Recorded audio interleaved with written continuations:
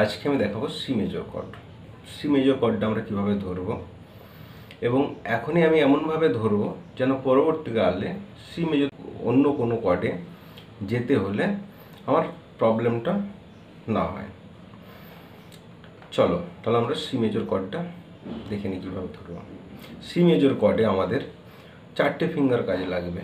1 1 2 3 4, এই 4টে ফিঙ্গার আমাদের কাজে লাগবে সি মেজরের ক্ষেত্রে।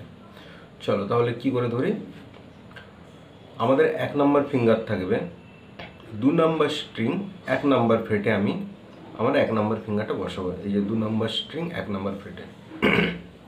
এরপরে আমি আমার 2 নম্বর ফিঙ্গার 4 নম্বর স্ট্রিং 2 নম্বর ফ্রেটে বসাবো। 4 নম্বর স্ট্রিং 2 নম্বর ফ্রেটে বসিয়ে দিয়েছি। এরপরে আমার 3 নম্বর ফিঙ্গারটা আমি বসাবো 6 নম্বর স্ট্রিং 3 নম্বর ফ্রেট বসিয়ে দিয়েছি। এবার লাস্ট ফিঙ্গার 4 নম্বরটা আমি বসাবো 5 নম্বর স্ট্রিং 3 নম্বর ফ্রেট। বাস এইভাবে আমি বসে নিচ্ছি। এইভাবে আমি কর্ডটা ধরে নিচ্ছি। একটু খেয়াল রাখবে ফিঙ্গারগুলো যেন পুরো স্ট্রেট থাকে, কোনো এরকম বা এরকম যেন না হয়ে যায়, পুরো একদম সোজা সোজা যেন থাকে। দেখো কর্ডটা বাজবে এবার।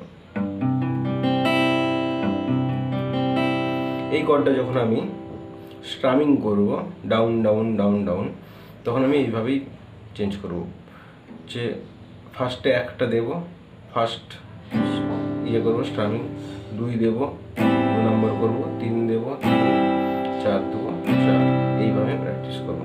চলো আমি দেখিয়ে দিচ্ছি।